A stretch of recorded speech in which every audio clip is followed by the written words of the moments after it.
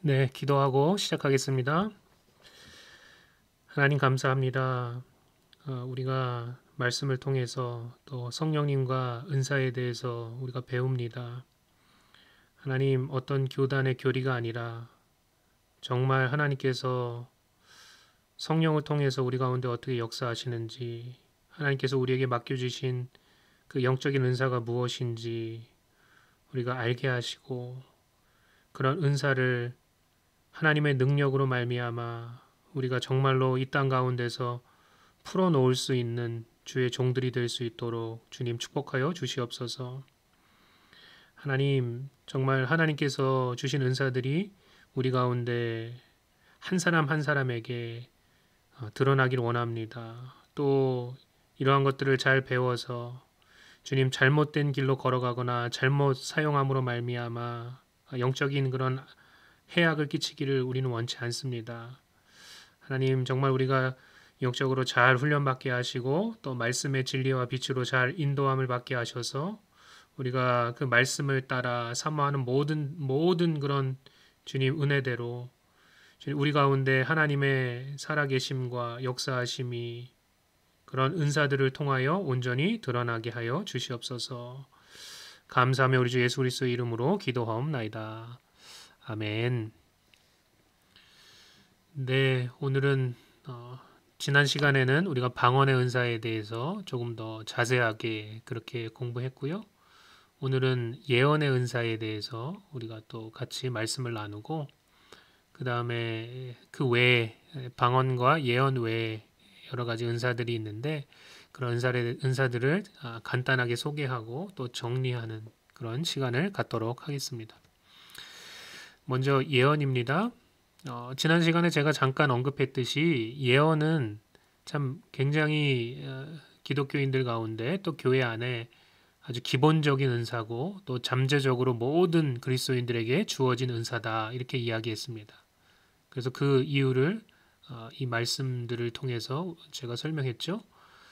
고린도전서 14장 1절에 보니까 사랑을 추구하며 신령한 것들을 사모하되 특별히 예언을 하려고 하라.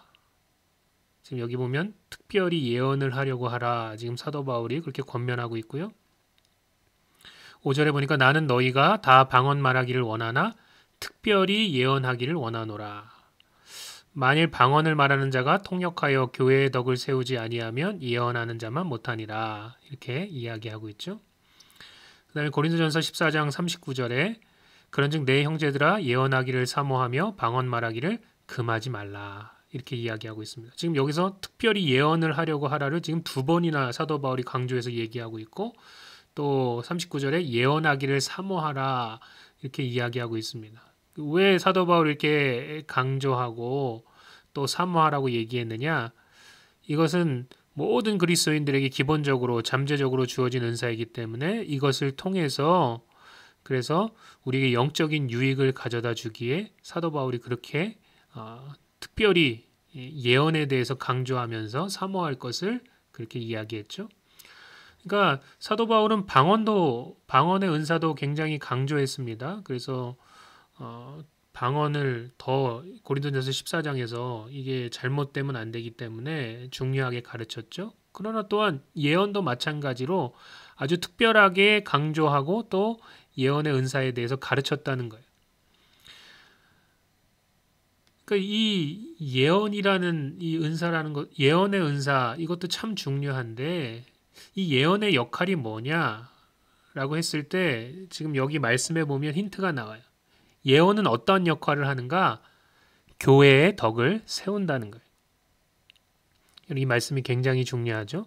교회의 덕을 세운다.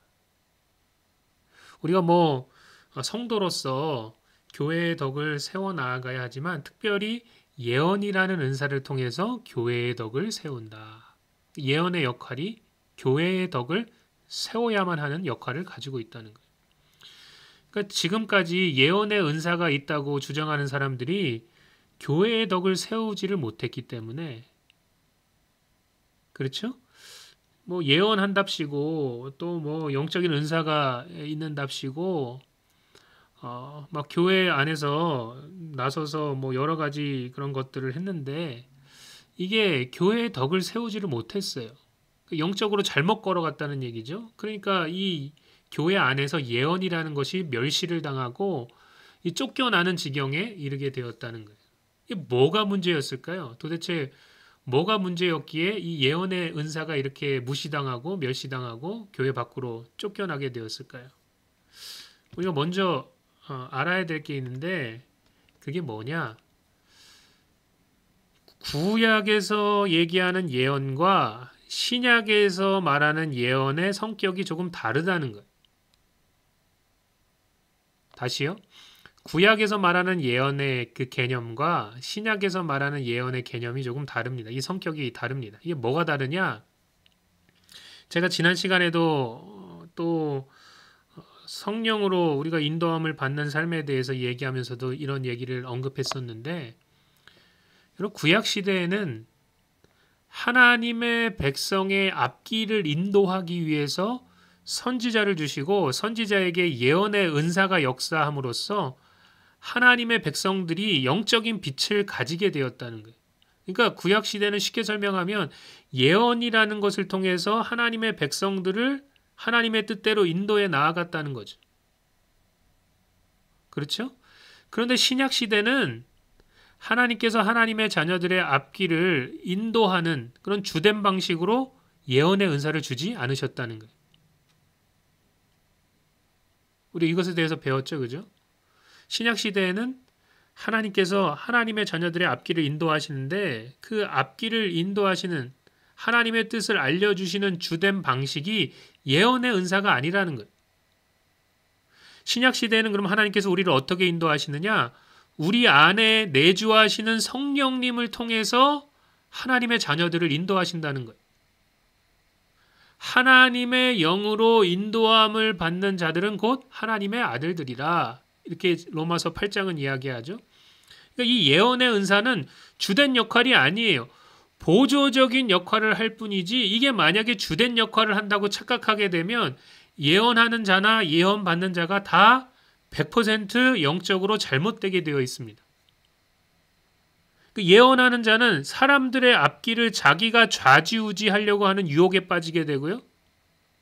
하나님은 그렇게 하기 위해서 예언하는 자를 세우신 게 아니에요. 또 때로는 예언하는 자에게 교만이 역사해서 때로는 물질에 대한 욕심이 역사해서 그래서 마치 무당이 점쟁이가 점을 봐주고 그런 것처럼 기도해주고 물질을 이득을 취하고 자꾸 그들의 앞길을 좌지우지하고 뭔가 영적으로 그런 미끼를 던져가지고 그래서 자기의 그런 영적인 것에 속하도록 그래서 그 사람들을 좌지우지하려고 하는 그런 유혹에 빠지게 된다는 거예요. 또 예언을 받는 자는 잘 들으십시오. 진짜 정답은 진짜 빛은 자신 안에 있는데 자꾸 밖에서 찾으려고 하니까 사람을 찾아간다든지 자꾸 자신의 밖에서 뭔가를 찾으려고 하다 보니까 잘못 이끌려져서 영적으로 실패를 망하는 것을 경험하게 된다는 거죠. 신약 시대에는 내주하시는 성령님이 우리를 이끌어 가십니다. 그래서 제가 한 3주 전, 4주 전에 어떻게 우리가 성령의 인도하심을 따라서 걸어가는가에 대해서 여러분과 같이 말씀을 나눴죠. 그러니까 신약 시대에서는 예언이라는 것은 보조적으로 돕는 역할을 합니다. 이것도 중요해요. 보조적으로 돕는 역할을 하는 것도 중요한데 주된 역할은 아니라는 거예요. 우리가 이것을 놓쳐버리면 실수하게 되어 있다는 거죠. 자, 그러면 예언이라는 게 뭔가에 대해서 우리가 먼저 조금 이야기를 나눠봐야 됩니다. 예언이 뭐냐? 고린도전서 13장 2절에 보니까 이렇게 나와 있어요. 내가 예언하는 능력이 있어 모든 비밀과 모든 지식을 알고. 그러니까 여기는 지금 과장되게 지금 모든 비밀과 모든 지식을 안다고 할지라도 하면서 좀 과장해서 이야기하고 있는 거죠. 사랑이 없으면 아무 소용이 없다. 그러니까 예언하는 능력이라는 건 뭐냐? 어떠한 비밀과 어떠한 지식을 알게 되는 거예요. 그래가지고 그것을 가지고 사람들에게 말해주는 것이 바로 예언이라는 거죠. 그러니까 이 예언이라는 것은 우리가 때로는 생각할 때 미래의 것만 다룬다고 생각하지만 그게 아닙니다. 이 예언이라는 것은 과거의 일도 다루고요. 현재의 일도 다루고요. 미래의 일도 다 다룹니다. 물론 미래와 연관성이 더 많고 또 우리가 어떠한 것을 예언할 때는 반드시 미래지향적으로 예언할 수밖에 없죠. 그러나 어쨌든지 과거, 현재, 미래에 어떠한 비밀, 어떠한 지식, 영적인 비밀, 어떠한 영적인 지식을 다루는 것이 바로 예언이라는 거예요. 그렇죠?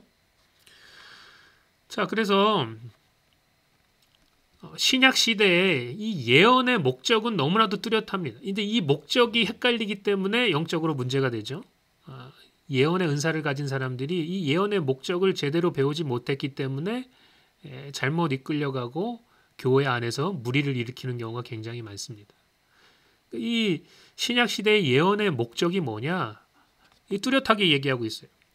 고린도전서 14장 3절에 보니까 그러나 예언하는 자는 사람에게 말하여 덕을 세우며 권면하며 위로하는 것이요.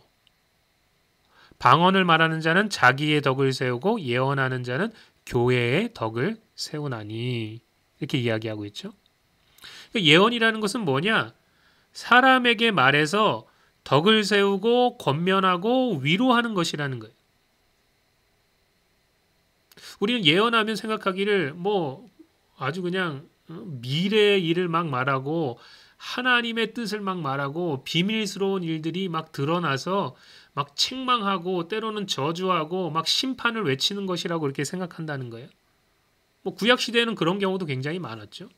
그런데 지금 여기서 사도 바울이 예언이 뭐냐라고 이야기했을 때 그것은 덕을 세우고 권면하고 위로하는 것이다. 이렇게 말했다는 거예요. 덕을 세우고 권면하고 위로하는 것이다. 예언하는 자는 교회의 덕을 세운다. 그러니까 이 덕을 세운다는 이 단어, 이 원어의 뜻은 제가 지난 시간에도 설명을 했듯이 어떤 집을 세우는, 집을 짓는다, 집을 세운다 그런 원어의 뜻도 있고 충전한다 이런 의미도 있다고 했죠. 그러니까 예언하는 것을 통해서 세워주고 뭔가 영적인 에너지를 충전시켜주는 것이 바로 예언이라는 거예요.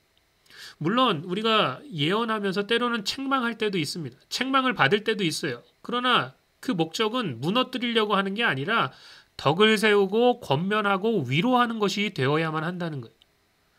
신약시대의 예언은 정죄가 목적이 아닙니다.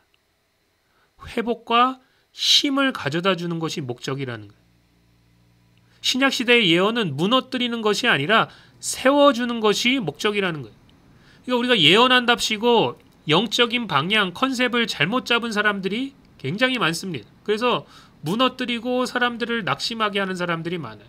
자기가 뭔가 뭐 안다고 우월해져서 그 사람들을 내리깔며 그들을 치는 그런 이야기를 하는 경우가 굉장히 많은데 여러분 신약시대의 예언은 그런 게 아니라는 거예요. 무너뜨리고 사람들을 낙심하게 만드는 게 아니라는 거예요. 성경에 보면 여러분 직분 가운데 장로, 또 집사, 목사 뭐 이런 직분들은 성경에 나와 있어요. 그런데 우리가 알고 있는 이 권사라는 직분은 성경에 나오지 않습니다. 그렇죠? 어디 눈을 씻고 찾아봐도 성경에 보면 권사라는 직분이 나오지 않아요. 그렇다면 이 권사가 뭐 하는 직분이냐?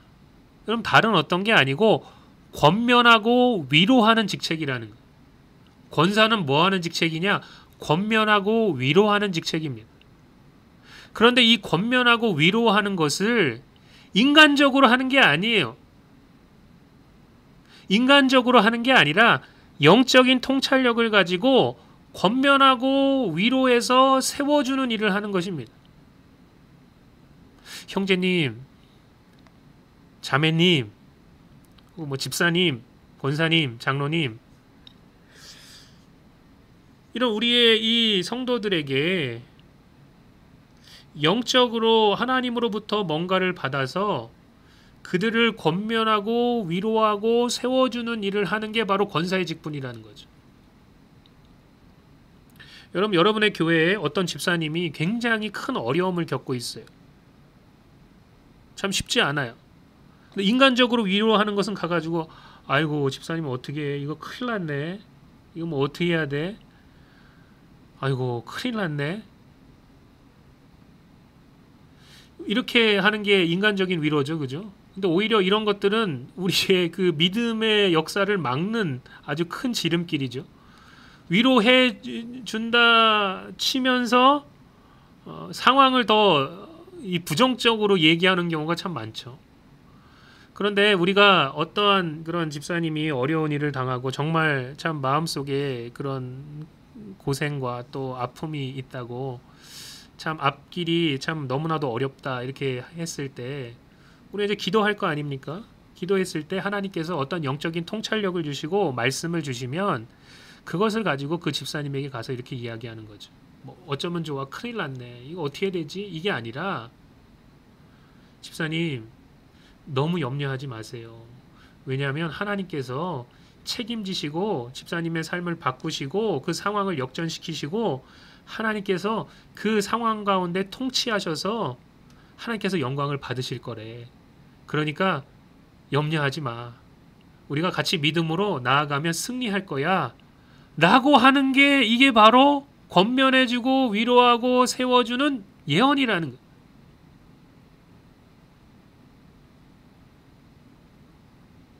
어떤 사람은 그냥 인간적으로 뭐 권면하고 위로합니다.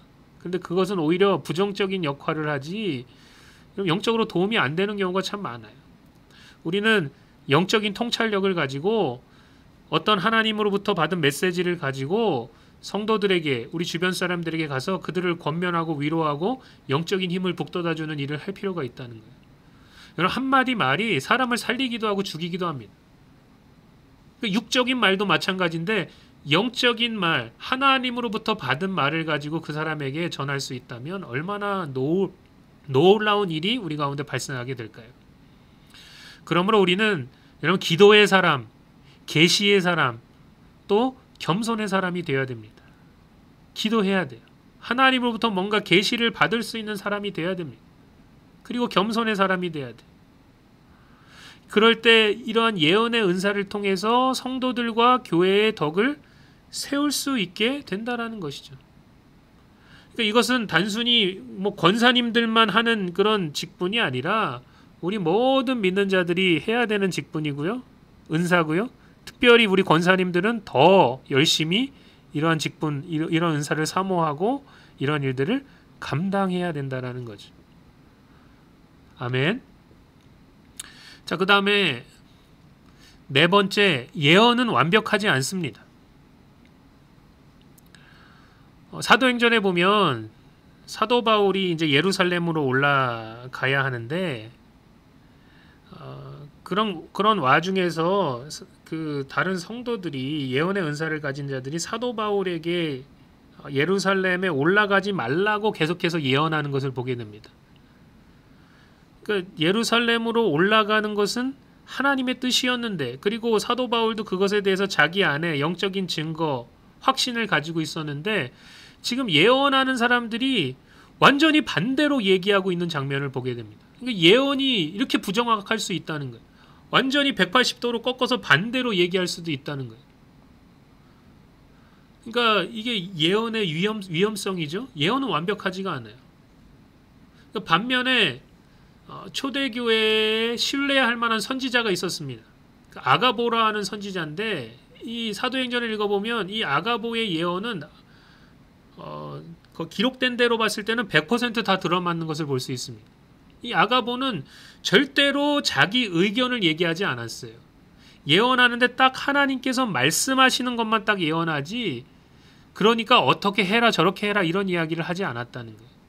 이게 참 대단한 영적인 훈련을 받아서 이미 성숙한 선지자가 되었다는 그런 이야기를 하고 있는 거죠. 그죠? 그런 표를 보여주고 있는 거죠. 그러니까 여기 고린도전서 13장 9절에 보니까 우리가 부분적으로 알고 부분적으로 예언하니, 어떤 사람은 뭐 다 아는 것처럼, 자기가 뭐 굉장히 신령한 것처럼 그렇게 말하지만 그게 아니라는 거예요. 장님이 코끼리를 손으로 만지고 있는 거하고 비슷하다는 거예요. 우리가 부분적으로 알고 부분적으로 예언한다는 거예요. 그러니까 예언은 완벽하지가 않다는 거죠. 그런데도 여러분의 앞길, 여러분의 미래를 예언하는 자에게 맡기겠습니까? 그거는 절대적으로 잘못됐다는 거예요. 그리고 보세요. 고린도전서 14장 29절부터 보면 이렇게 나와 있습니다. 예언하는 자는 둘이나 셋이나 말하고 다른 이들은 분별할 것이요. 지금 예언하는데 뭐 둘이나 셋이나 계속해서 말을 하고 그 다음에 다른 이들은 이것을 분별하라는 거예요. 이게 정말 하나님의 뜻인가? 이게 정말 하나님으로부터 온 것인가? 우리의 이 예언에 어떤 불순물들이 섞이진 않았는가? 이런 것들을 분별하라는 거예요. 또 30절에 보면 만일 곁에 앉아있는 다른 이에게 계시가 있으면 먼저 하는 자는 잠잠할 것이요. 우리가 생각할 때 아니 지금 나에게 계시가 있는데 누가 내 계시를 막고 거기에 더해서 예언을 해. 우리가 그렇게 생각할 거 아니에요? 근데 그게 아니라는 거예요.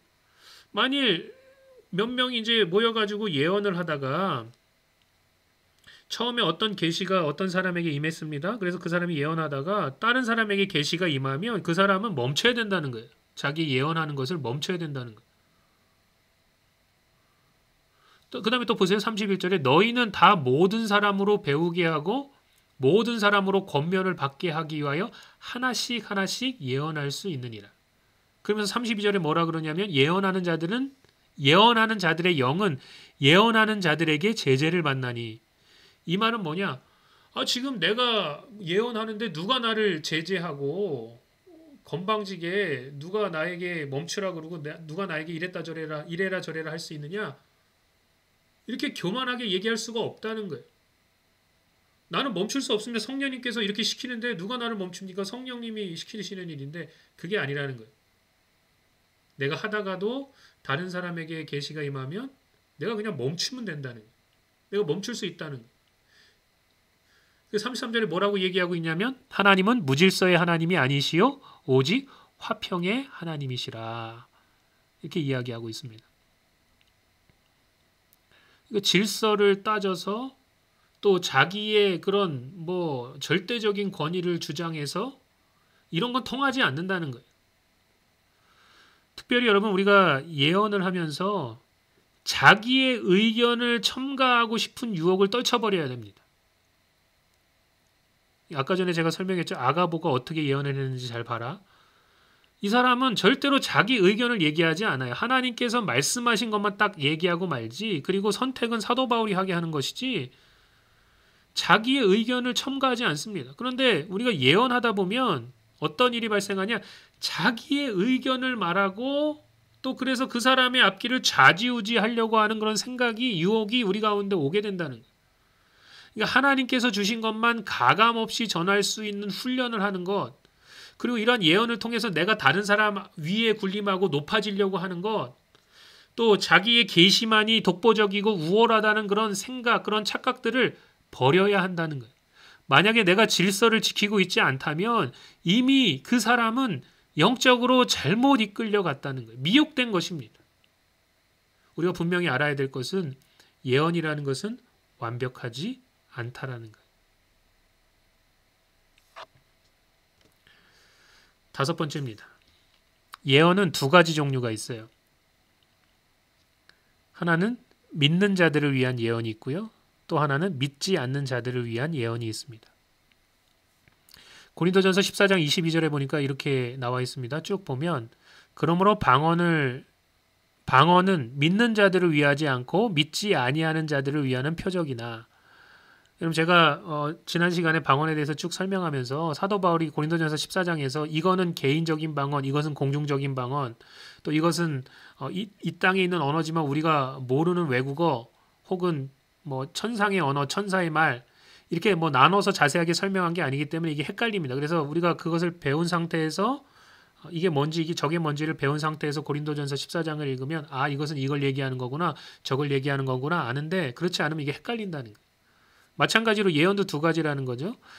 지금 22절에서 얘기하고 있는 이 예언은 믿는 자들을 위한 예언이라는 거예요. 그 믿는 자들을 위한 예언은 뭐냐? 덕을 세우고 권면하고 위로하는 예언입니다. 그 예언은 믿지 아니하는 자들을 위하지 않고 믿는 자들을 위함이라 이렇게 이야기하고 있죠. 그런데 24절에 보면 또 사도 바울이 딴 얘기를 하는 것 같아요. 근데 딴 얘기를 하는 게 아니라 여기서 말하는 이 예언은 믿지 아니하는 자들을 위한 예언이 있을 수 있다는 거예요. 믿지 아니하는 자들을 위해서 왜 예언하느냐? 이건 전도를 위한 거죠. 복음 전파를 위해서 그렇게 한다는 거예요. 그 24절부터 25절에 보면 이렇게 나와 있습니다. 그러나 다 예언을 하면 믿지 아니하는 자들이나 알지 못하는 자들이 들어와서 모든 사람에게 책망을 들으며 모든 사람에게 판단을 받고 그 마음의 숨은 일들이 드러나게 되므로 엎드려 하나님께 경배하며 하나님이 참으로 너희 가운데 계신다 전파하리라. 이렇게 이야기하고 있습니다.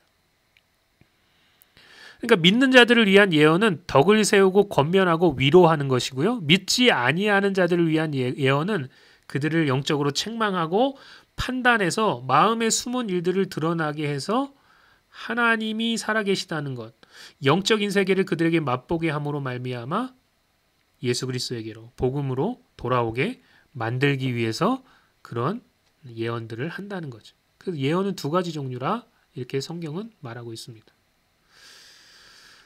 자, 그러면 고린도전서 12장에 보면 9가지 은사가 나옵니다.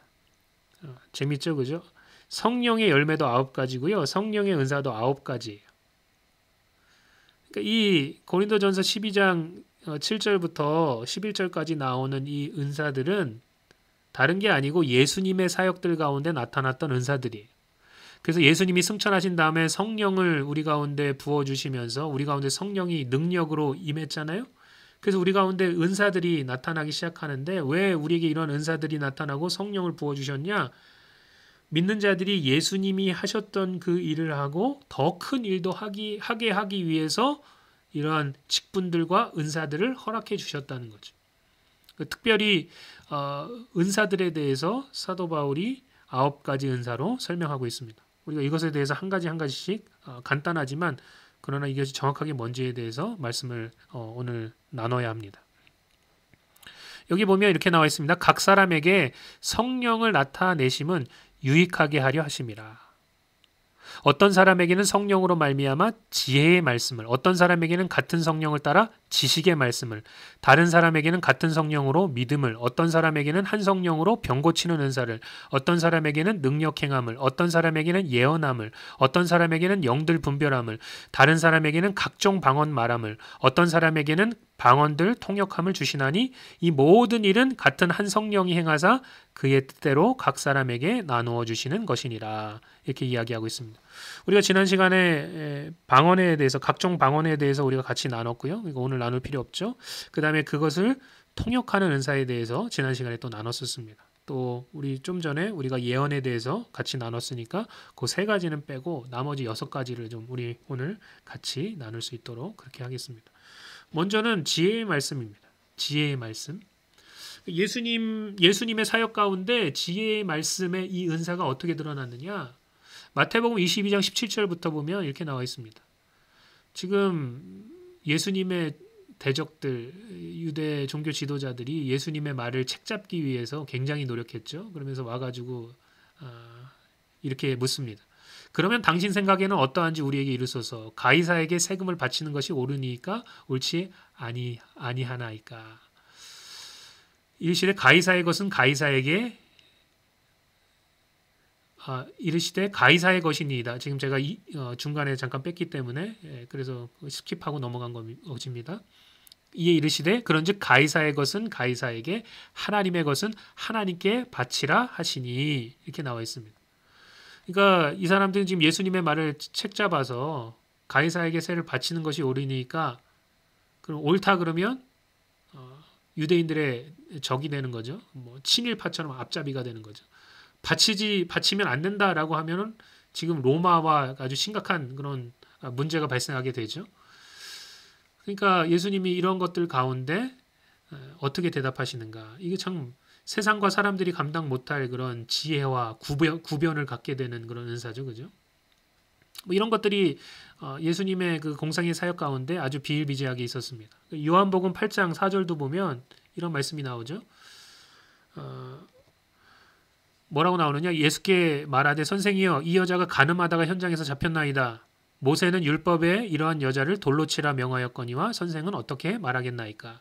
그들이 이렇게 말하면 고발할 조건을 얻고자 하여 예수를 시험함이로라. 예수께서 몸을 굽히사 손가락으로 땅에 쓰시니 그들이 묻기를 맞이 아니하는지라. 이에 일어나 이르시되 너희 중에 죄 없는 자가 먼저 돌로 치라 하시고, 이렇게 이야기하고 있습니다.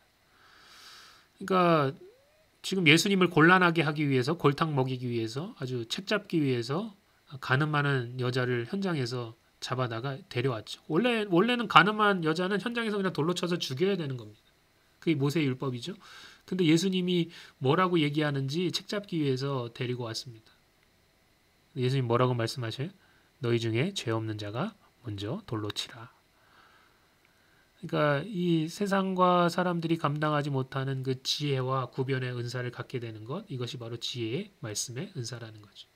하나님께서 그러한 영적인 지혜를, 또 지혜의 그 영적인 지혜를 통해서 영적인 그 지혜들을 말할 수 있는 그런 은사를 허락하시는 것이라는 거죠. 그게 지혜의 말씀의 은사입니다. 두 번째는 지식의 말씀의 은사입니다. 지식의 말씀. 이 지식이라는 것은 어떠한 사실을 알게 되는 건 아닙니까? 그죠? 지식이라는 것은 어떠한 사실을 알게 되는 거예요. 그러니까 어떠한 지식을 초자연적으로 알게 되는 것을 말하죠. 지식의 말씀의 은사라는 것은. 이것은 시간과 공간을 초월합니다. 그러니까 과거나 현재나 미래를 초자연적으로 알게 되는 것을 말해요. 예를 들면 예수님께서 사마리아로 지나서 가시다가 수가성이라는 곳에 가시게 되죠. 거기서 그 우물가에서 사마리아 여인을 만났는데, 그때 여러 가지 영적인 대화를 나누시다가 그 요한복음 4장 16절에 보면 이런 말씀을 하신다는 거죠. 이르시되 가서 네 남편을 불러오라.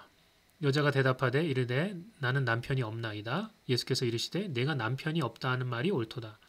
너에게 남편 5이 있었고, 지금 이 여자의 과거를 예수님이 초자연적으로 알게 되셨다는 거예요. 남편 5이 있었고 지금 있는 자도 내 남편이 아니니 내 말이 참되도다. 현재도 아셨다는 거죠.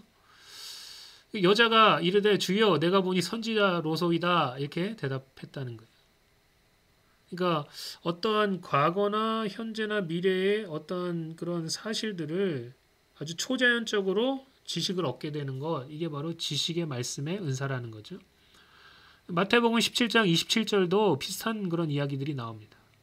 여기 보면 그러나 우리가 그들이 실족하지 않게 하기 위하여, 지금 어떤 일이 있었냐, 지금 성전세를 유대인 남자들이라면 다 바쳐야 됐어요.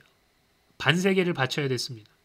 한 사람이 아마 매년 바쳐야 될걸요, 아마. 그래서 이거를 반세겔 이렇게 바쳐야 됐습니다. 이게 성전세였어요.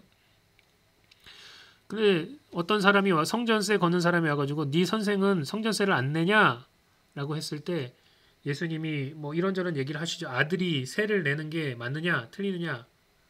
아들은 당연히 그 나라에서 세를 내지 않는 게 당연합니다. 그럼 면해야 됩니다.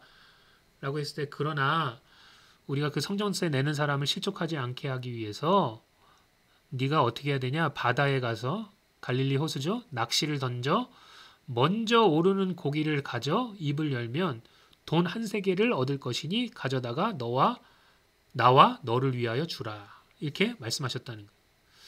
이 도대체 예수님이 어떻게 그 갈릴리 호수에 어떤 물고기가 그 입에 1세겔을 물고 있을 것을 아셨고, 또 베드로가 가서 낚시를 해서 그 고기를 건질 것을 어떻게 아셨을까요? 이게 참 희한한 장면이죠. 그러니까 이거 예수님께서 이것은 사실은 그 말하는 시점에서는 미래의 일이잖아요. 이제 베드로가 가서 그런 일들을 감당해야 되는 그런 일이니까, 제가 생각할 때는 예수님이 아마 그런 장면을 환상으로 보시지 않았을까, 이런 생각이 듭니다.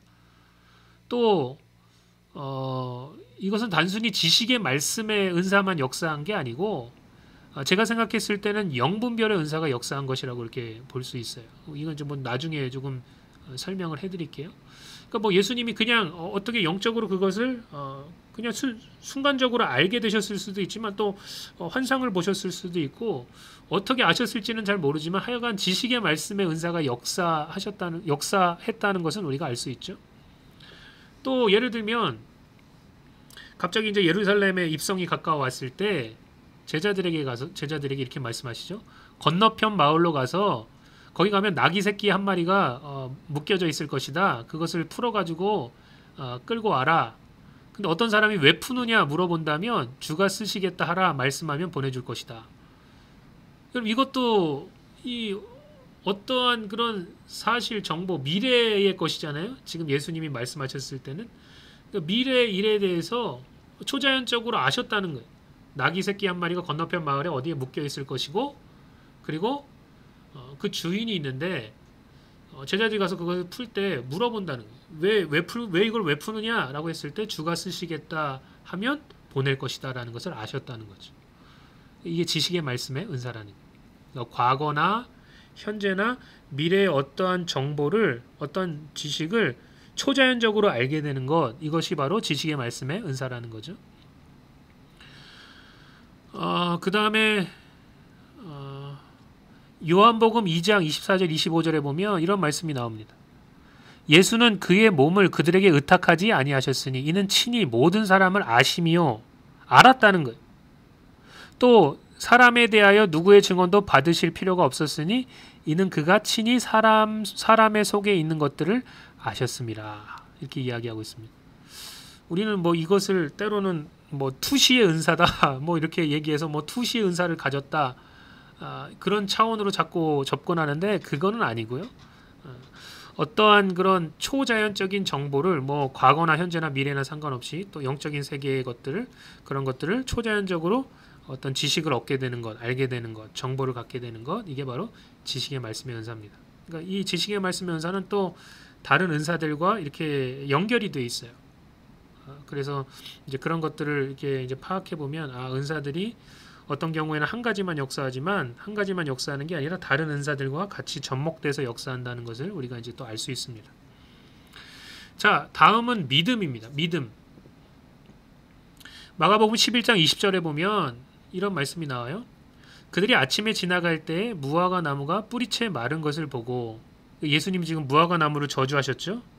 왜냐하면 시장하셔가지고 무화과 열매를 따먹을 수 있을까 가봤는데 무화과 열매가 하나도 없었습니다. 뭐 잎사귀만 무성하고 그래가지고 그 나무를 저주하셨죠. 그랬더니 다음날 아침에 지나갈 때 보니까 무화과 나무가 뿌리채 말랐습니다. 그러니까 21절에 보니까 베드로가 생각이 나서 여짜오되 라삐여 보소서 저주하신 무화과 나무가 말랐나이다. 예수께서 그들에게 대답하여 이르시되 하나님을 믿으라. 내가 진실로 너희에게 이르노니 누구든지 이 산 더러 들리어 바다에 던져지라 하며 그 말하는 것이 이루어질 줄을 믿고 마음에 의심하지 아니하면 그대로 되리라. 그러므로 내가 너희에게 말하노니 무엇이든지 기도하고 구하는 것은 받은 줄로 믿으라. 그리하면 너희에게 그대로 되리라 라고 이야기하고 있습니다. 또 여러분 마가복음 9장 23절을 먼저 읽고 그 다음에 조금 더 설명을 해드릴게요. 여기 보니까 예수께서 이르시되 할 수 있거든이 무슨 말이냐 믿는 자에게는 능히 하지 못할 일이 없느니라 하시니 이렇게 이야기하고 있습니다. 그러니까 큰 믿음이 역사에서 놀라운 그런 기적들을 일으킨다는 거예요. 큰 믿음으로 산을 옮기고 불가능을 가능케 하고 기적을 일으키는데 그게 뭐냐? 믿음을 통해서 역사한다는 거죠. 그래서 뭐 물론 여러분 믿음은 작은 믿음도 있고 참 큰 믿음도 있습니다. 특별히 큰 믿음으로 역사하는 사람들을 보면 그게 은사라는 거예요. 그 큰 믿음을 가지고 정말로 불가능을 가능케 하고 기적을 일으키고 또 앞에 놓여진 그런 큰 산과 같은 장애물을 평지로 만드는 그런 역사를 일으키는 게 바로 믿음의 은사라는 거죠. 그래서 그 예수님의 공생의 사역 또 뭐 제자들이 사도로서 초대교회에 사역했던 그런 사역들을 보면 이 믿음의 은사가 역사함으로 말미암아 놀라운 기적들을 많이 일으켰다는 거죠. 예수님의 사역 가운데서 특별히 믿음을 칭찬받은 사람들이 굉장히 많습니다. 그러니까 믿음이 놀라운 역사를 일으키는 거죠. 그래서 여러분 제가 지난 시간에 방언과 예언이 아주 기초적인 은사고 잠재적으로 모든 믿는 자들에게 다 주어져 있다라고 이야기했는데 이 방언과 예언과 더불어서 우리가 기초적이고 잠재적으로 그래서 우리 가운데 역사하게 할 수 있는 은사 중에 하나가 뭐냐 또 이 믿음이라는 은사가 있다는 거예요. 그렇겠죠, 그죠? 이 믿음은 우리가 어떠한 믿음을 갖느냐에 따라서 어떤 차원으로 들어가느냐가 달라지게 되어 있습니다. 우리가 큰 믿음을 가지면 더 놀라운 일들이 우리 가운데 일어날 수 있게 되어 있다는 거죠, 그죠? 이 믿음도 은사라는 거예요. 그리고 이 믿음의 은사는 모든 믿는 자들이 다 가질 수 있는 은사입니다. 자, 그리고 네 번째, 병 고치는 은사입니다. 뭐 이것은 너무나도 잘 알고 있죠, 그죠? 예수님의 사역 가운데 또 사도들의 사역 가운데 사도 바울 가운데도 이러한 놀라운 역사들이 많이 일어났죠. 누가복음 4장 40절에 보니까 해질 무렵에 사람들이 온갖 병자들을 데리고 나오며 예수께서 일일이 그 위에 손을 얹으사 고치시니라고 이렇게 이야기하고 있습니다. 병을 고치는 은사가 예수님의 사역 가운데 드러나게 되었죠. 누가복음 5장 17절에 보니까 또 이렇게 이야기합니다. 하루는 가르치실 때에 갈릴리의 각 마을과 유대와 예루살렘에서 온 바리새인과 율법 교사들이 앉았는데 병을 고치는 주의 능력이 예수와 함께 하더라. 이렇게 이야기하고 있습니다. 그러니까 이 성령의 은사 가운데는 병 고치는 은사도 있다는 거예요. 그리고 이것은 교회 안에 믿는 자들 가운데 역사한다는 거죠. 특별히 여러분 마가복음 16장에 보면 믿는 자들에게 따르는 표적을 이야기하면서 뭐 그들이 내 이름으로 귀신을 쫓아내고 뭐 새 방언을 말하며 뭐 독을 마실지라도 해를 받지 아니하고 뱀을 집어 올리며 병든 자에게 손을 얹은즉 나으리라라고 이야기하고 있습니다. 이 말은 뭐냐? 지금 병을 고치는 이 은사, 이 능력이 믿는 자들에게 따르는 표적이라는 거예요. 그 말은즉슨 또 뭘 의미하냐? 방언과 예언과 믿음의 은사를 더불어 병 고치는 은사도 모든 믿는 자들에게 잠재적으로 주어진 은사라는 거죠. 우리가 이 은사를 어떻게 개발하냐에 따라서 우리 가운데 이것이 정말 살아 역사할 수 있게 된다라는 이야기를 하고 있는 것입니다. 그렇죠? 그리고 다섯 번째, 능력 행함의 역사입니다. 능력 행함의 은사입니다. 마가복음 6장 41절에 보면 뭐 시간이 많지 않기 때문에 읽지는 않겠습니다. 여러분 한번 보세요. 여기 보면은 이게 뭡니까? 오병이어의 기적이죠. 보리떡 5개, 물고기 2마리로 5,000명을 먹이시고 12광주리를 남긴 그런 장면이 나옵니다. 이것은 놀라운 기적이죠. 능력을 행하신 거예요. 또 뭐 예를 들어서 그런 것들이 예수님 공생의 사역에서 많이 나타나시는데 물 위를 걸으신다든지 아니면 뭐 죽은 자를 살리신다든지 물을 포도주로 변하게 하신다든지 뭐 이런 게 완전히 진짜 능력을 행하시는 그런 은사죠. 그죠? 기적이 일어나는 거예요. 그러니까 병 고치는 것과는 또 다른 차원에서 이러한 은사들이 이제 드러나게 됐다는 것입니다. 그 다음에 여섯 번째 마지막이죠. 영들 분별함입니다. 우리 세 가지는 이미 배웠기 때문에 방언 통역, 예언은 배웠기 때문에 여섯 번째가 이제 마지막이죠. 영들 분별함입니다. 마태복음 16장 23절에 예수님이 베드로에게 이렇게 말씀하십니다. 예수께서 돌이키시며 베드로에게 이르시되 사탄아 내 뒤로 물러가라. 너는 나를 넘어지게 하는 자로다. 네가 하나님의 일을 생각하지 아니하고 도리어 사람의 일을 생각하는도다 하시고 요한복음 6장 70절에 보니까 예수께서 대답하시되 내가 너희 12를 택하지 아니하였느냐? 그러나 너희 중에 한 사람은 마귀니라 하시니 이렇게 이야기하고 있습니다. 지금 예수님이 마태복음 16장에서 사탄이 베드로 뒤에서 역사하고 있다는 것을 아셨다는 거예요. 또 예수님께서 이 유다 가운데 지금 마귀가 역사해서 예수님을 팔 생각을 넣고 나중에 돼서 그 마귀가 그 유다에게 들어갈 것을 아셨다는 거예요. 그러니까 지금 사단이 뒤에서 어떻게 역사하고 있는지를 아셨다는 거예요. 지금 영적으로 어떤 일이 벌어지고 있는지를 아셨다는 거예요. 그러니까 이 영들 분별함이라는 것은 뭐냐? 그러니까 이 영적인 세계에서 어떠한 일들이 벌어지고 있는지를 초자연적으로 아는 것입니다. 또 예수님은 이에 더해서 사람들의 마음과 생각을 읽으셨습니다. 이것도 어떤 의미에서 봤을 때는 영들을 분별하는 거예요. 물론 초자연적으로 어떤 지식을 아는 거니까 그런 의미에서는 지식의 말씀의 은사이기도 하지만 그러나 영적으로 지금 어떤 일이 벌어지고 있고 또 지금 사단이 어떻게 역사하고 있고 또 하나님은 어떻게 역사하고 있는지, 그러니까 영적인 세계를 아는 것, 이게 바로 영들 분별함의 은사라는 것. 이것은 단순히 뭐 우리가 뭐 투시의 은사, 그래서 뭐 마음을 뭐 생각을 읽는 거, 이런 차원의 이야기를 하는 게 아닙니다.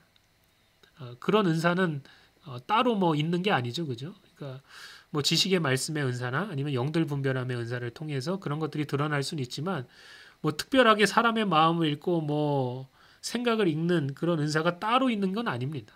그래가지고 뭐 사람들 그것 때문에 막 두려워하고 뭐 정죄당할까봐, 책망받을까봐, 영적인 게 막 드러날까봐 무서워하고 뭐 그러시는 분들도 있는데, 그런 종류의 은사는 없습니다.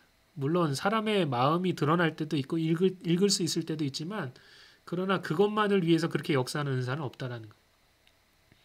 그래서 영들 분별함의 은사는 어떻게 나타나느냐?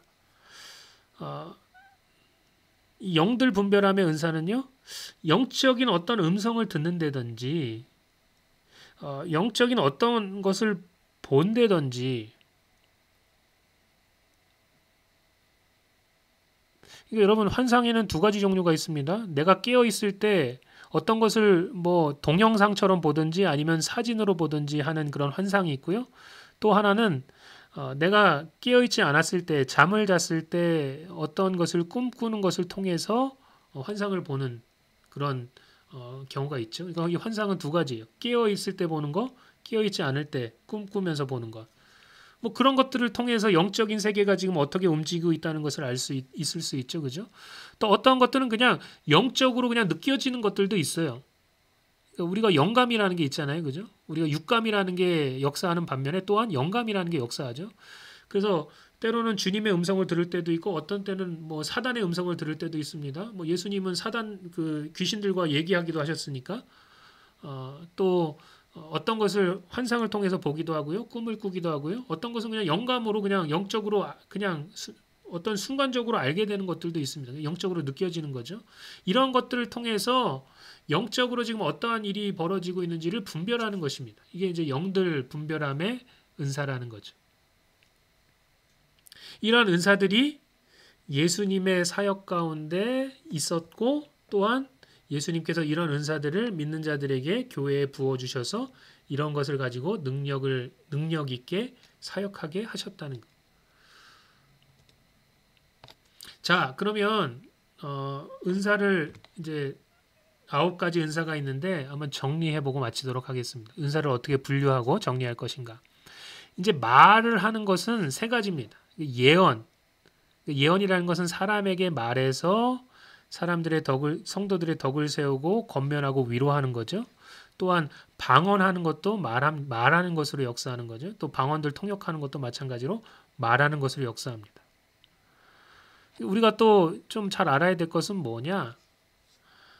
이런 은사들이요, 한 가지만 역사하는 경우도 있지만 아주 아까 전에도 얘기했듯이 같이 이렇게 연합해서 역사하는 경우가 굉장히 많아요. 이제 말로 하는 은사가 있고요. 그다음에 계시가 임하는 은사가 있습니다. 그건 지혜의 말씀의 은사, 또 지식의 말씀의 은사, 영들 분별함의 은사. 이것은 계시가 임하는 거죠. 그죠? 영적으로 어떻게 초자연적인 것들이 우리 가운데 임하는 것입니다. 어떤 놀라운 영적인 지혜가 임하는 것, 또 어떤 그런 뭐 과거나 현재나 미래의 어떤 초자연적인 정보가, 그런 지식이 나에게 임하는 것. 그 다음에 영들 분별함이라는 것은 뭐 보든지 듣든지 뭐 느끼든지 해가지고 영적인 세계가 지금 어떻게 움직이고 있다는 것이 우리 가운데 분별되는 것, 우리가 깨달아 알 수 있는 것, 이것이 이제 계시의 은사라는 거죠. 그 다음에 3번째로 어떻게 카테고리를 나눌 수 있냐? 기적의 은사라는 거예요. 믿음을 통해서, 큰 믿음을 통해서 불가능을 가능케 하고, 큰 앞에 놓여진 장애물과 같은 큰 산들이 평지가 되고 기적을 일으키죠. 그죠? 그게 믿음의 은사라는 거죠. 또 병 고치는 은사. 그렇죠? 병 고치는 은사도 기적의 은사죠. 또 능력 행함의 은사. 이런 은사들이 있다는 거예요. 그런데 이러한 은사들은 어쨌든지 한 은사만 역사하는 게 아니고 다른 은사들도 함께 역사하는 경우가 많습니다. 뭐 예를 들면 신약 시대에도 선지자들이 있어요. 물론 제대로 된 선지자들 우리가 보진 못했기 때문에 이상한 사이비 같은 사람들만 보고, 예언하는 사람도 이상한 사람들만 봤기 때문에 앞에서 제가 뭐 여러 가지 언급을 통해서 잘못 영적으로 이끌리는 그런 사람들의 특징에 대해서 제가 얘기를 했죠. 또 어쨌든지 예를 들어 가지고 신약 시대의 이 아가보와 같은 그런 아주 신뢰받을 수 있는 틀림이 없는 그런 뭐 완전히 사람은 완벽하지 않기 때문에 뭐 100% 완벽하다고 볼 수 없지만 그래도 신뢰할 수 있을 만한 그런 선지자들 가운데 만약에 은사가 어떻게 역사하느냐 지혜의 말씀이나 지식의 말씀이나 영들 분별함의 이 은사가 예언의 은사를 통해서 드러나는데 이 선지자 같은 경우는 어떠냐 이런 은사들이 그냥 어쩌다가 한 번씩 일어나는 게 아니고 아주 비일비재하게 그들이 사역을 할 수 있을 정도로 그냥 아주 비일비재하게 일어나는 경우 그 사람은 이제 선지자라고 그렇게 이야기할 수 있겠죠. 그죠? 그리고 그 선지자는 그 예언하는 것을 통해서 이제 검증을 받게 되죠. 그죠? 뭐 구약 시대도 마찬가지로 그 사람이 예언한 것들이 실제적으로 이루어지느냐를 통해서 선지자가 올바른 선지자냐 아니냐는 것을 분별하라고 이렇게 이야기했는데 어쨌든지 이렇게 기적들이 또 계시의 은사들이 또 말의 은사들이 이렇게 함께 조인트돼서 역사하는 경우가 굉장히 많다는 거예요. 예수님의 사역 가운데도 마찬가지였죠. 그죠? 또 예를 들면 이런 것도 있어요. 여러분 죽은 자를 살리는 것은 능력 행함의 은사입니다. 기적이 일어나는 거죠. 그죠? 이런 놀라운 능력을 통해서 죽은 자가 살아나게 되죠. 근데 예를 들어 가지고 그 죽은 사람이 병들어서 죽었을 거 아니에요? 그러면 살리는 것, 능력 행함을 통해서 살리는 것만 가지고는 부족하잖아요. 그 병도 고쳐야 될 거 아니에요. 그죠? 그러니까 그런 경우에는 능력 행함의 은사와 병 고치는 은사가 같이 역사한다는 거죠. 그리고 때로는 보면은 믿음과 병 고치는 은사가 같이 조인트돼서 역사하는 경우도 참 많이 있죠. 그죠? 믿음과 병 고치는 은사가 함께 역사하는 예수님의 사역에 굉장히 많이 그렇게 나타나고 있고요. 그 다음에 방언과 방언 통역함을 통해서 같이 조인해서 역사함으로 예언과 같은 그런 역할을 하게 되는 경우도 이제 있게 되는 거죠. 또 방언으로 많이 기도하다 보면 우리가 영적이 되기 때문에 영적으로 바뀌기 때문에 방언으로 많이 기도하다 보면 우리가 영으로서 비밀을 말하는 거 아니에요? 그러다 보면 지혜의 말씀이 임하고 지식의 말씀이 임하고 영들 분별함의 은사가 임할 수도 있다는 거예요. 그런 경우가 있죠, 그죠? 그러니까 이런 것들을 통해서 어쨌든지 하나님께서 하고자 하시는 바는 뭐냐? 영적으로 유익하게 하기 위해서 하신다는 거예요. 교회를 세우고 성도들을 세우기 위해서 이러한 은사들을 주셔서 우리 가운데 사역하게 하신다는 거죠. 그래서 우리에게 정말 중요한 것은 뭐냐? 이런 은사를 너무 또 막 아주 그냥 안 받으면 안 될 것처럼 이렇게 사모하고 받는 사람들도 있어요. 그런데 여러분 우리가 중요한 것은 뭐냐? 물론 기본적으로 주어진 은사들이 있습니다. 아까 전에도 이야기했듯이 방언, 또 예언, 그 다음에 또 믿음, 병 고치는 은사. 이런 것들은 우리 가운데 잠재적으로 다 주어진 은사입니다. 믿는 자들에게. 그런데 이것 말고 나머지 은사들은요. 물론 우리가 사모해서 또 받아야 되겠지만 거기에 매달려 가지고 이것만 집중해서 내가 이거 아니면 안 된다. 이렇게 해서 받는 게 아니라는 거예요. 하나님께서 하나님의 뜻대로 나누어 주시는 거라는 거죠. 하나님의 뜻이 있기 때문에 그 뜻을 따라서 이 사람에게는 이것을 나눠주시고 저 사람에게는 저것을 나눠주신다는 거예요. 물론 여러분 사도 바울과 같이 영적으로 정말 뛰어났던 사람은 거의 대부분 이런 은사들이 다 드러났습니다. 그러나 우리가 사도 바울이 아니기 때문에 이런 은사들이 우리 가운데 다 드러날 수는 없는 거죠. 그죠?